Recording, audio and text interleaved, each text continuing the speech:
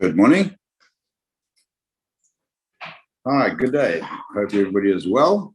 My name is Conrad Cooper. I'm the director of an organisation called Project ETHOS, and we're here today to share with you the complexities and the challenges facing us in working with addiction in the workplace. We do title a restorative approach because we certainly believe that restoration is complete and available and can be done for both ourselves as guys in recovery and, of course, for the employer as well. So without further ado, we're going to get started. First of all, I think it's perhaps understanding and important to understand that the classification of addiction is often not associated with substance abuse.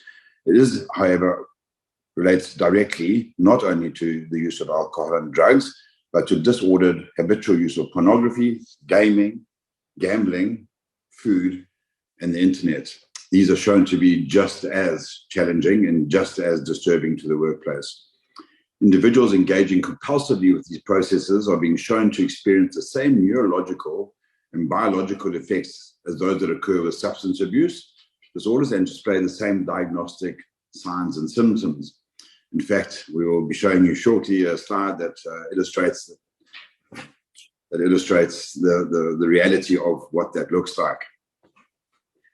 Substances such as alcohol and drugs and prescription medication are critical in getting recovery and service for the guys that are involved. And in the workplace, policies and procedures should be extended to address not only substance abuse, but the harmful engagement with the certain behaviours that relate to it as well. Policies and procedures should absolutely address the use, misuse, and abuse as a stage of progression. Addiction are harmful to individuals and the organisation.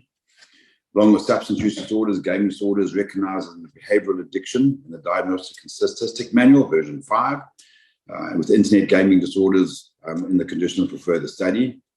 The ICD-11 also relates to gambling disorders and gaming disorders and recognize them as addictive. Compulsive sexual behaviour disorders have also been included as a mental disorder, although not yet acknowledged as an addiction. The statistics in South Africa and internationally are really, really frightening. We believe sometimes that it doesn't happen in our own backyard, but in South Africa, substance abuse has reached epidemic proportions. That is disclosed in the Non-National Drug Master Plan of 2014 to 2017, and we know in COVID this has only escalated. It's estimated that between 5 and 35% of employees are dependent drinkers, and wait for it, 7 to 20% have drug problems.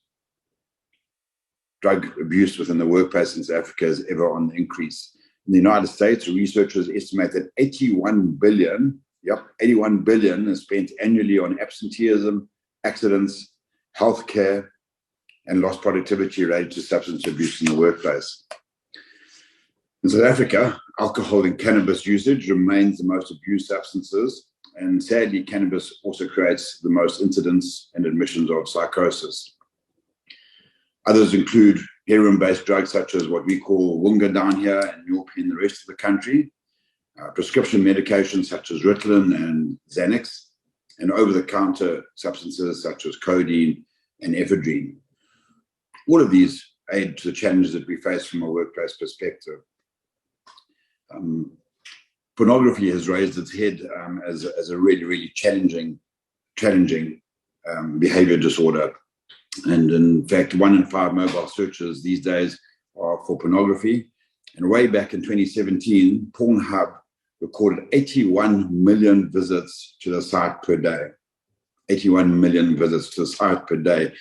In 2018, a study was conducted, and 60% of the respondents admitted to watching pornography at work. I wonder if you know which ones of your colleagues are doing that, with half of them viewing monthly and 10% viewing on a daily basis. The figures are staggering. Recent search activity confirms that 70% of pornography usage happens between the hours of 9 a.m. to 5 p.m., classic working hours. It's quite scary that in 2014, a Bloomberg article concluded that watching porn at the office is extremely common. It detracts directly from it. If we look at this particular SPECT scan, which I was referring to earlier, the one on the left shows our brain in normal functioning. The second one in the middle is the brain on heroin.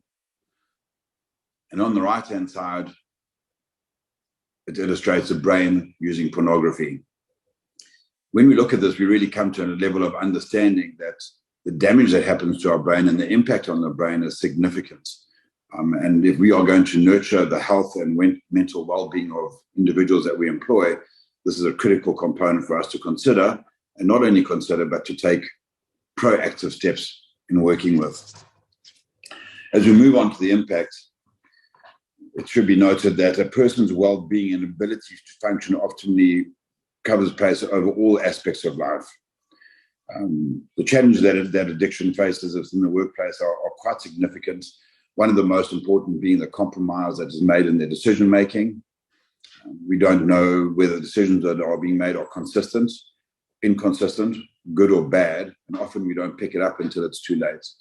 There is a decrease in productivity, there's an increase in errors, accidents, injuries, and incidents. My personal worst, increase in tardiness, even though there would be others that are more significant than that, and absenteeism. Criminal activities increase in terms of fraud, theft, dealing on site, using on site, and related behavior to that. And of course, unethical behavior where there's deceit, incitement, compromise, bribery. Fractured relationships amongst the colleagues and supervisors are also prevalent and on the increase. So when you see these increasing or occurring within your workplace, it is a warning sign. It's to draw your attention that there's something far deeper than that. The significant personal harm that comes to an addictive individual obviously has a huge impact in the workplace on employers, on the safety, culture, and work ethos, as well as the outcome of the work that has been done. According to studies conducted by the International Labour Organization, ILO, which is a hugely beneficial reference point, employees with substance use disorders are absent 3 times as often as other employees and claim 3 times as many sick benefits. Over 20% of injuries in the workplace involve employees under the influence of alcohol. Not only does viewing pornography waste time and resource work, but it leads to decreased productivity and has been linked to an increase in unethical behavior and sexual relationships and work.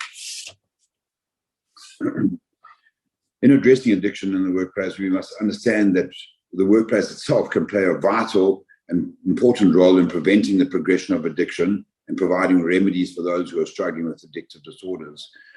As people spend the majority of their life at work, it is a front line for being able to be identified with these challenges and for us to be able to support them through a process of healing. If a colleague or employee is suspected of struggling with an addiction, it's critical to approach them and not to ignore or deny the issue. In fact, the earlier that you engage with them, the better the outcome, both for your company and for the individuals. I think we'll probably be able to identify with many of the warning signs which are common in the workplace and to be able to relate to them as well. Poor performance, low productivity, and that's not just because of bad choices of employment. It's in terms of what we are talking about today: frequent tardiness, absenteeism, excessive number of breaks during working hours, money problems, loans, requests for loans and salary advances, irrational behavior or logic, nonsensical explanations, many of those, extreme moodiness and mood swings, negative attitudes, issues with colleagues and supervisors, dishonesty, secrecy, a decrease or deterioration in the physical appearance, and symptoms such as shakiness, drowsiness, slurred speech, and blurry eyes. As we approach the challenge that we face in the workplace, we're having to look, of course, through a lens of legislation. And there are multiple acts, South African acts, legislating how substance abuse and addiction should be handled in the workplace, or that we need to take cognizance of in dealing with the matter. These include, obviously, the Constitution of the Republic of South Africa, the Prevention of and Treatment for Substance Abuse Act 70 of 2008. It's a good policy to have that available. In fact, all of these acts are readily available. The Occupational Health and Safety Act, Compensation for Occupational Injuries and Diseases Act, the Employment Equity Act, Labour Relations Act, and South African Labour Guide.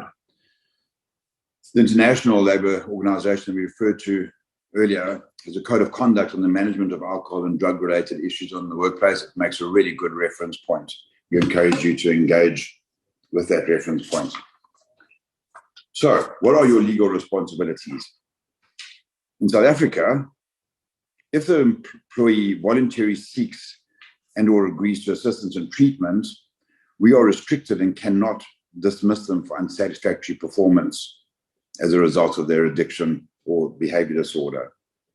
Rather, it's our responsibility as employers to adopt a restorative approach and assist employees with an addiction problem to obtain access to counseling, treatment, and rehabilitation services. That can be quite scary to look at from the outset, but there are ways of doing that. Employees who voluntarily seek treatment for addiction and who are still fit to work are entitled to job security and freedom from discrimination. In a case where an employee is no longer fit to work, an employer should still assist that employee in obtaining access to counseling, treatment, and rehabilitation services.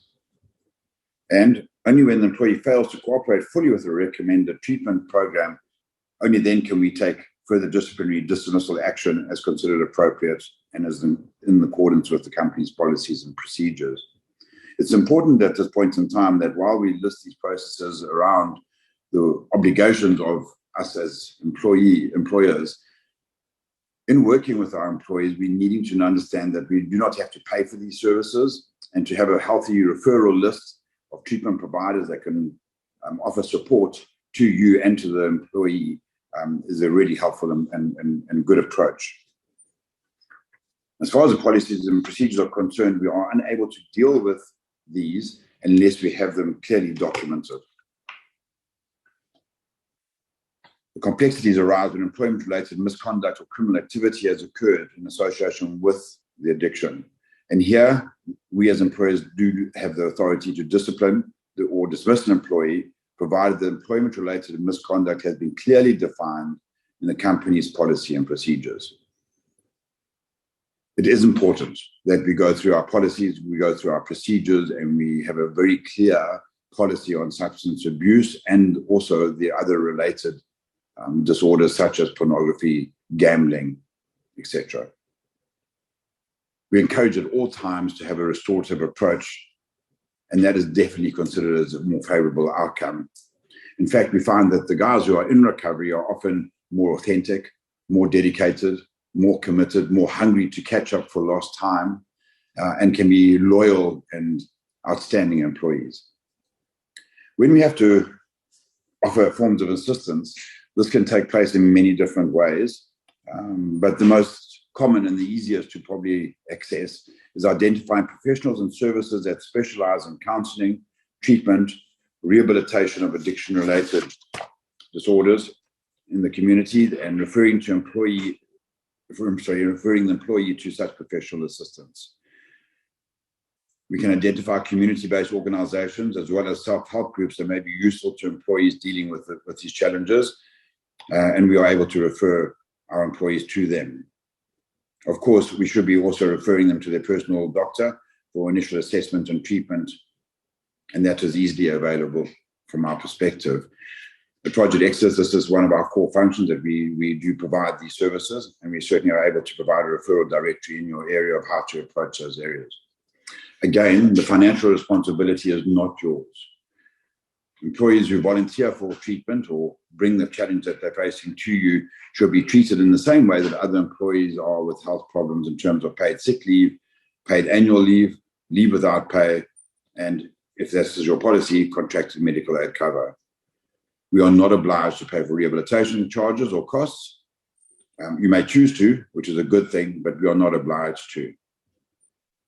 So to understand treatment and the treatment processes that go with it, time is a critical factor within the treatment milieu. It's an important process that we engage with. And there are several phases to treatment.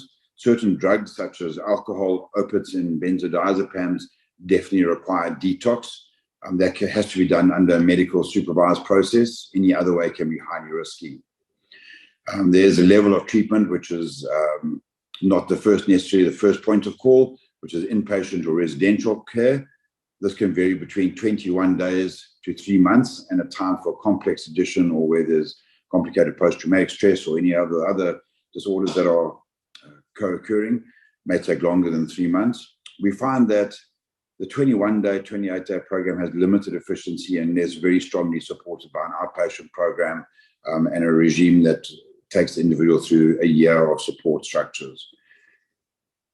Outpatient programs are usually of a defined duration. They are private or community-based and are very effective and can be very effective in resolving the challenges that an employee faces, and can be done, in fact, many times whilst the employee remains at work. Community-based self-help groups in the form of recovery groups such as Project ETHOS, AA or NA are also of great help and great support, and irrespective of the manner of treatment, be it inpatient or outpatient, these form a critical component in the ongoing recovery.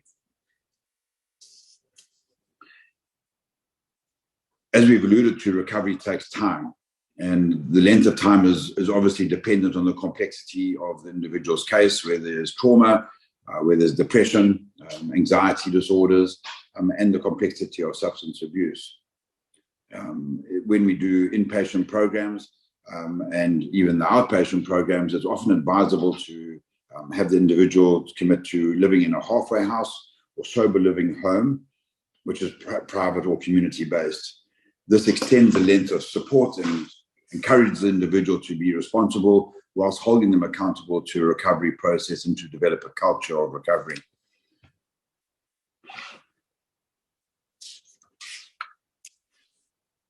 So it is important that we stress that treatment very often is successful and can be successful, and we as employers certainly play a critical role in achieving that. Families are also should be involved in this process, and that's where the support groups are very, very strong. So, what is addiction? How do we understand what it's about?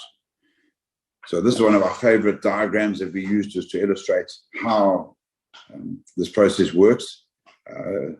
As can be seen, it is obviously the iceberg model. And many people misunderstand recovery to be synonymous with abstinence. In other words, if you've stopped using, you're in recovery. And although abstinence is a non-negotiable prerequisite for the recovery process, it does not alone equate to a successful, sustainable recovery. Abstinence must be combined with personal transformation. If we look at the diagram, we can see that often the symptoms are far more pervasive than the actual presenting problem. The driving cycles of addiction are a multitude of dysfunctional environments. So the 10% on the top of the iceberg is the cycle of addiction. It's the challenges, it's actual substance abuse and the obvious behavior that we're able to pick up. Whilst the 90% underlying that area include denial, full beliefs, a culture of addiction, toxic shame, dual diagnosis, poor coping skills, a spiritual disconnection, undeveloped emotional intelligence, which plays a critical role, and distorted thinking patterns. If we don't get abstinence plus radical change and we do not engage with these areas, relapse is often inevitable. From an employer's perspective, that can be quite devastating when we've afforded time and support an individual and they come back and they relapse. Often this is a cause of not having a continued culture of recovery, a protective environment, support groups, and of course the radical change from having dealt with all of these maladaptive mechanisms. Unless we pay attention to these areas, they remain intact and continue to have a negative impact. We have an old saying that if nothing changes, nothing changes. Never is that more true than in a situation such as looking at the iceberg model. Remembering recovery equals abstinence plus radical change is a critical measure. If your employee goes to treatment and they come back from treatment, you are looking for that radical change. We are looking to see a new person, higher productivity, far more engagement, more dedication, more self-care. Remembering that self-radical change takes time. It's not a one-time event. It's not go to rehab, get fixed, or get into a support group or an outpatient program and get fixed. It's a realization of, as far as the East is from the West, to build momentum in developing a culture of recovery. And a culture of recovery can easily be identified within the workplace. There needs to be a continuous, holistic program of recovery that includes absolute abstinence, sustained personal development and empowerment, engagement in healthy recovery community, and, if required, possible psychiatric and psychological support. Again, formal aftercare is critical.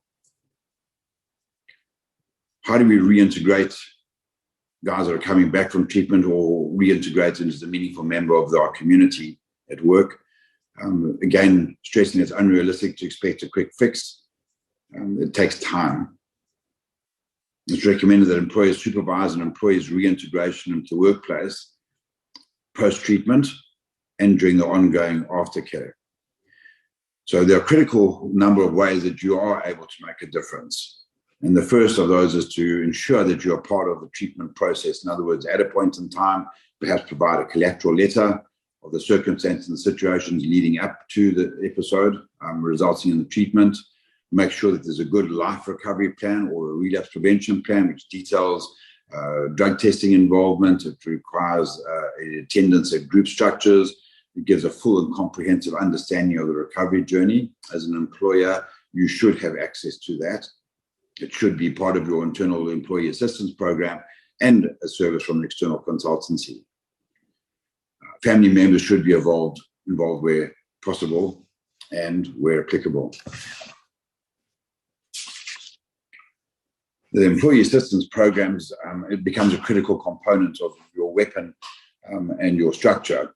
And as a work-based program, it is designed to assist in identifying and providing resolution of productivity problems associated with the personal concerns of employees. It provides a confidential assistance to employees and to their families in relation to issues that cause personal distress, such as debt, legal problems, relationship strain, mental health disorders, substance abuse, and related disorders. The EAP is generally to act as a point of initial assessment and referral, but of course may include in-house empowerment programs and services such as counseling and coaching, depending on the size of your organization. It should be stressed that this EAP can play a hugely meaningful role in the detection and addressing of addiction issues.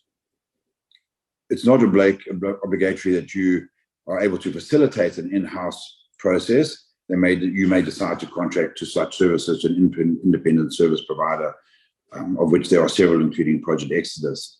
I think it is important at this point to understand that if you have a thorough protocol and procedure in terms of substance abuse and the other addictions such as pornography, and that is well managed and overseen, it provides a safety net for your organization, a safety net for the employee, and is a huge benefit in terms of getting the right type of employee.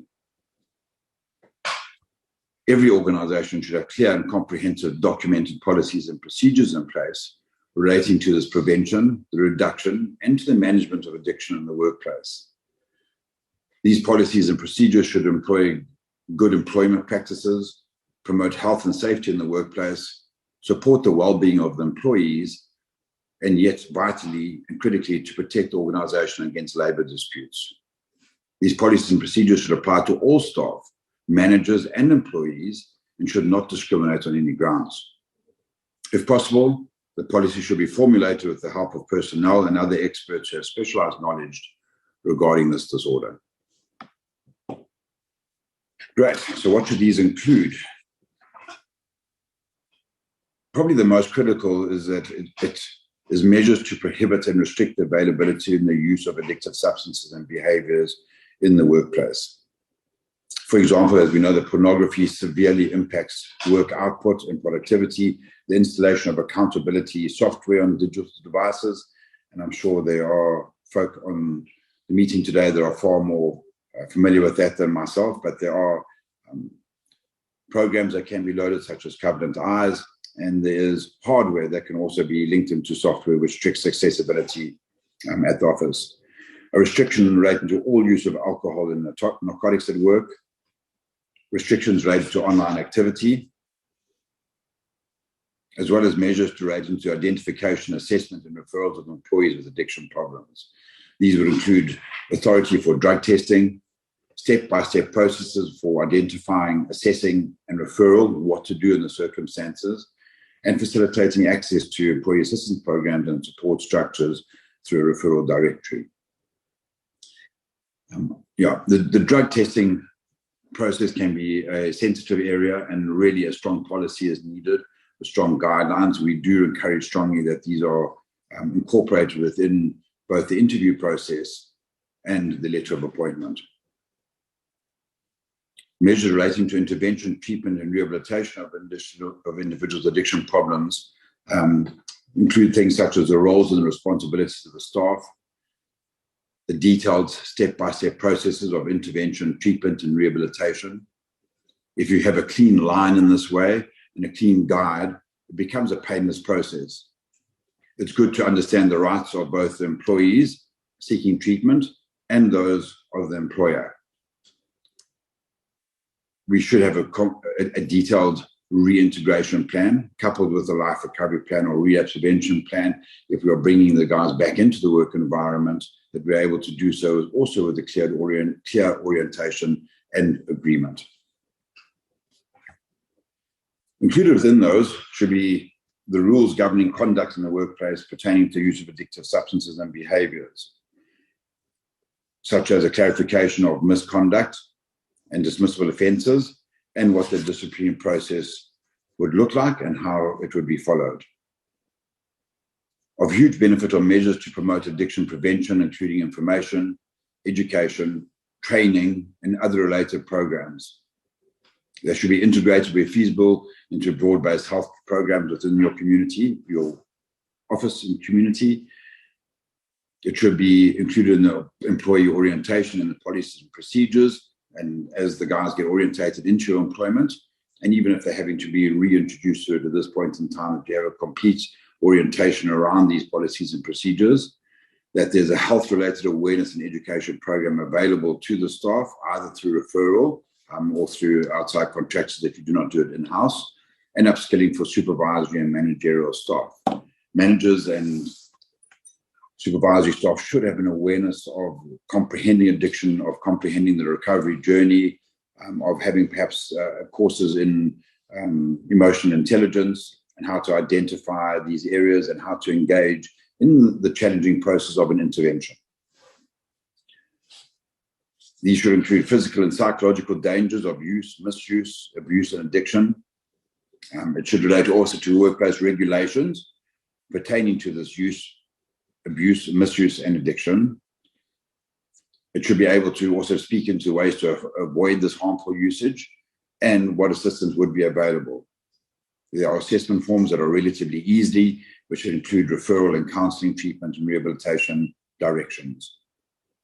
Supervisory and managerial staff should receive supplementary training as well, again, that they may understand and be able to relate to those that are suffering in this area, explain and respond to questions regarding the company's addiction policy, and to support a recovering employee's needs and monitor his or her performance when the person returns to work.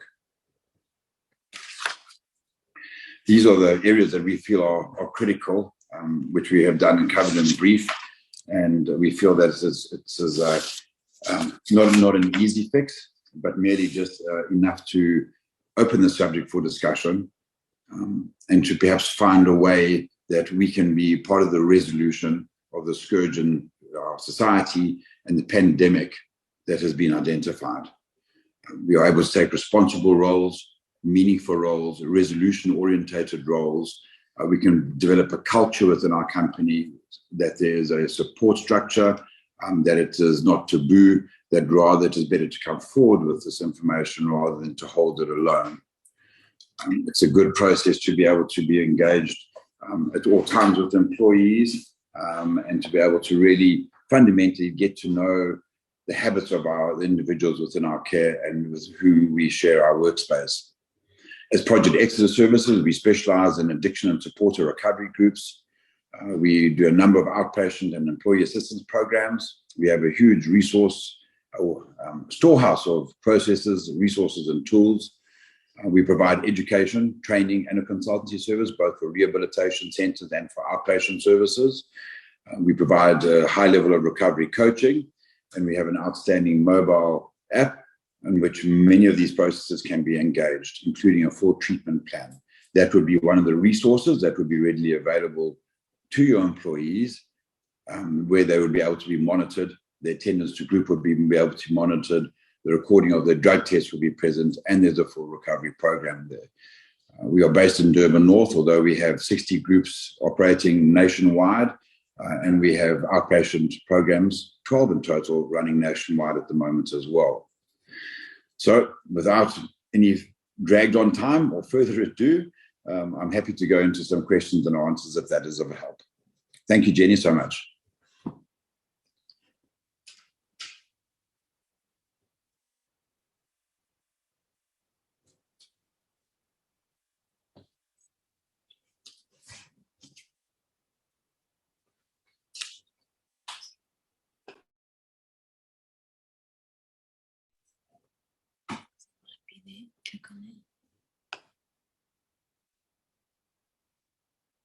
As you can certainly drop a question into the Q&A, which will be on the top center page of your Zoom.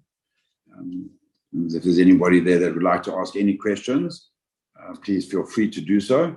Alternatively, Jenny does have, HR Talk does have our details. Great. So Siemens Software has asked, what does the assistance cost if you would like to implement it in the company? Great. I think the best way is to try and answer that live.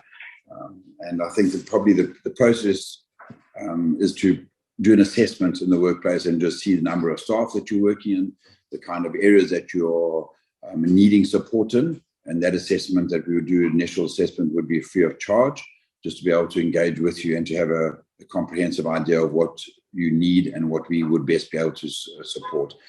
In the resolution, we would be able to give you a costing and a phased approach to that. We do like to provide ongoing services, which can be on a subscription base, depending on the scope of practice that we offer you. And that would be something that you'd be able to tap into monthly updates and resources that would be made available to you, and topical blogs, etc. Good. Thank you, Fiona, for your comment. Much appreciate that. Thank you, Fiona, for your comment. I appreciate that. And Marshall has asked, is there a specific approach in the abuse of prescription drugs? Yes, indeed. There is definitely a specific approach with prescription drugs. The reality is that prescription drugs, in the majority of cases, pretty much all of them, would require detoxification services. It's not a quick process, and it does take challenge to engage with and to manage. However, bearing in mind that when we look from an iceberg perspective, the actual substance abuse is that 10% on top. So once the detox is done, there's a long journey of recovery, and prescription medication is a challenging one. So one would be engaged with that for a period of time. You are more than welcome to contact us directly, and we can certainly guide you on that path.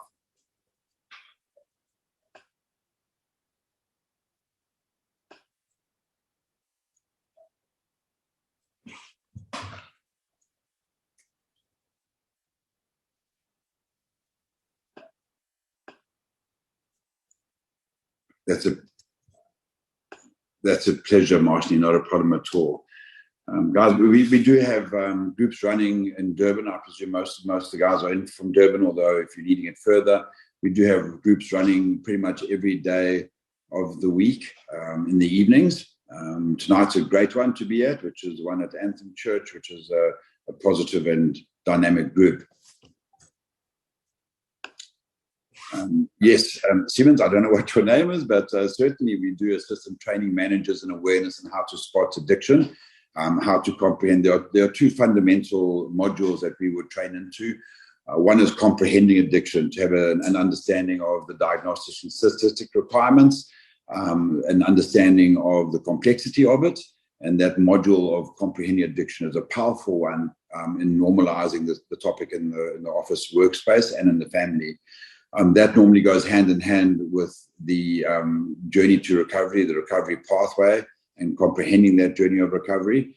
And that's a full module that really educates people on the alternatives of what recovery is about, what it is, how long it takes, the process that's engaged with it, and how to build a life full of meaning and restorative approach. We certainly do. Hi, Philip. Thank you so much for your comment. I appreciate that.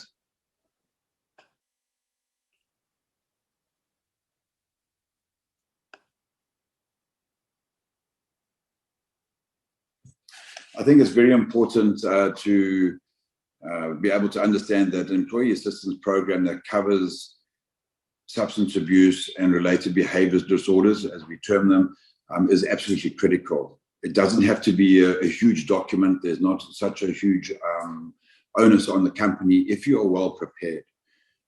If you are well prepared, that would be certainly something that is advantageous whenever you engage in these situations. Things such as testing, for example, even in the discussion process of the early stages of an interview would certainly rule out people who are not wanting to comply with that process. In other words, not to be transparent. We look for authenticity. We try to build authenticity into the employees, that you know what you're getting and you have got good, accountable relationships. Toko Hai, yeah. We do run outpatient programs. We don't run our own personal inpatient program, but we are related to many, many different treatment centers, and we are able to advise and to initiate the communication with either 21 or 28-day, generally medical aid approved facilities, and the longer term ones, which generally have a better level of efficacy both in this province and nationally. So certainly we can assist you in that area with the greatest of pleasure.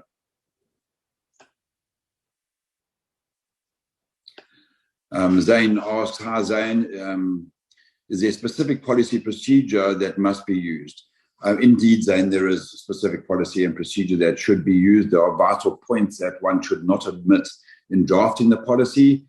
We can certainly assist you in that area and guide you into finding a document that is meaningful, that is solid, that is legally correct, and that provides a resolution-orientated approach to the employee, but protects us as employers. So absolutely we can do that for sure, and it must be done.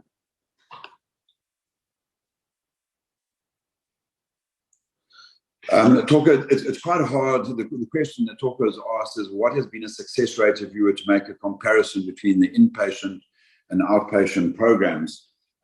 I've run treatment centers before, and there's nothing like a good, solid, long-term addiction program with multiple complexity levels and a full team of holistic team of multidisciplinary team to get a success rate out, and we can look at a high rate. Most treatment centers have got a limited time and limited availability, but more important than that, there is a complexity to substance abuse. You may find, for example, that when you do a drug test, there's cocaine usage together with marijuana or alcohol.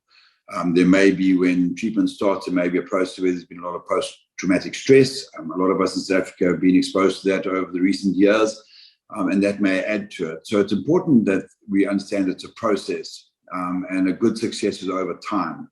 So you can get really, really good process from an outpatient program, and that is generally the starting point.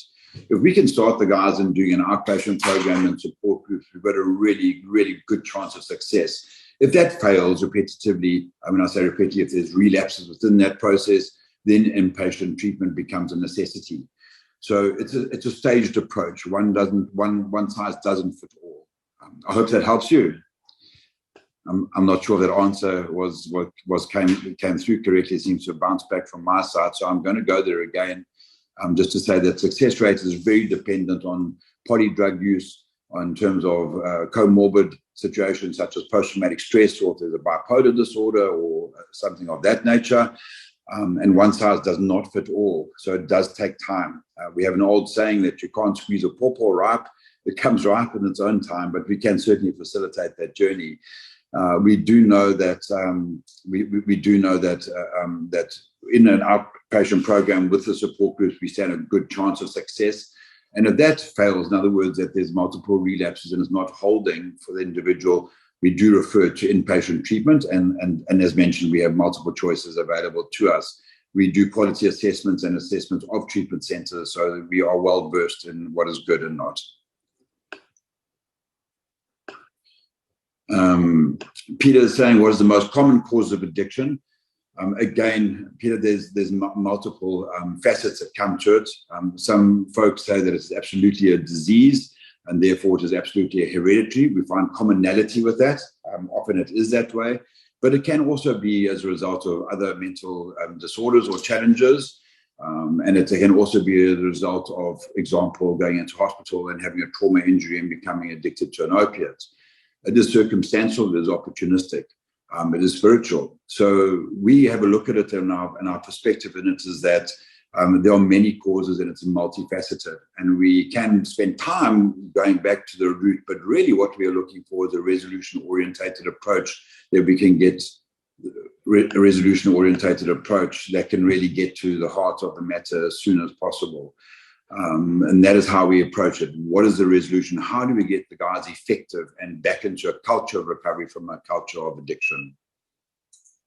Thank you, Talker, for your comments, and you feel free to give us a shout back and we can engage and expand upon that. Sometimes I think I'm...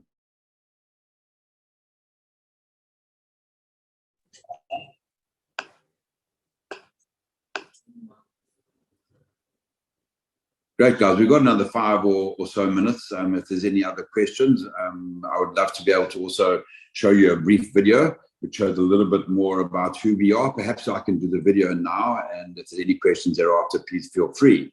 I'm going to ask Karen on our team just to start sharing that video now. We are based here in Durban North at Anthem Church are our offices, and we are not restricted in terms of any religious beliefs or structures. But we are here to serve you. We have a team of 16 people. We have beautiful offices up here, and you are welcome to come and visit.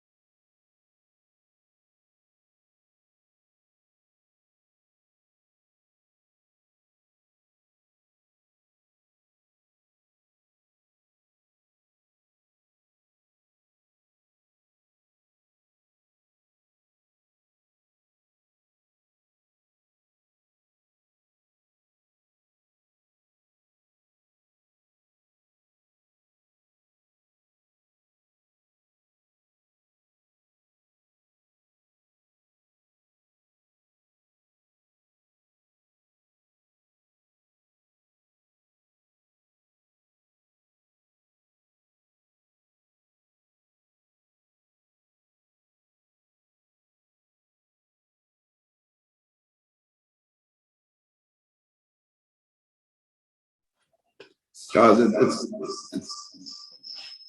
it seems that we have a small challenge with the sound coming through on the Zoom. If you don't mind, I think we do have just enough time to try and reboot that and try that again. I do beg your pardon. Hi guys, we're just trying to address the sound issue. It's unusual. It should be playing. I think it's our settings perhaps on the Zoom. we will try again now. Please let me know if it's working.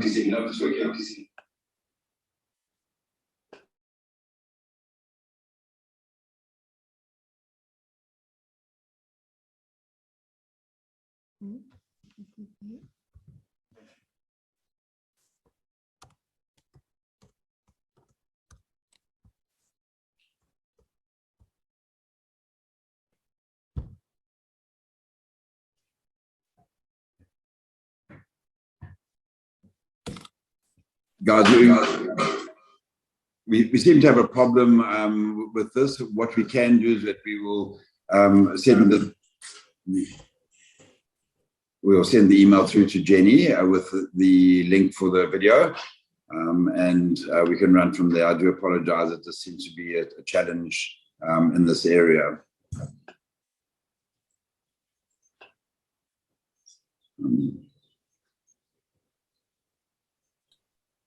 Great. So, guys, thank you so much for your time this morning. We really appreciate you, and we appreciate your time that you've invested with us. And we will be sending through for you that video that you can access to us. And, of course, Jenny and HR Talk, we thank you so deeply for hosting us today and assure you of our commitment and our service. Thank you so much. Thank you, Conrad and team. We really appreciate it. And yeah, we will send out the information as soon as we receive it. Thanks, Conrad. Okay, thanks. Cheers, everyone. Have a beautiful day. Thank you. Bye. Cheers. Bye.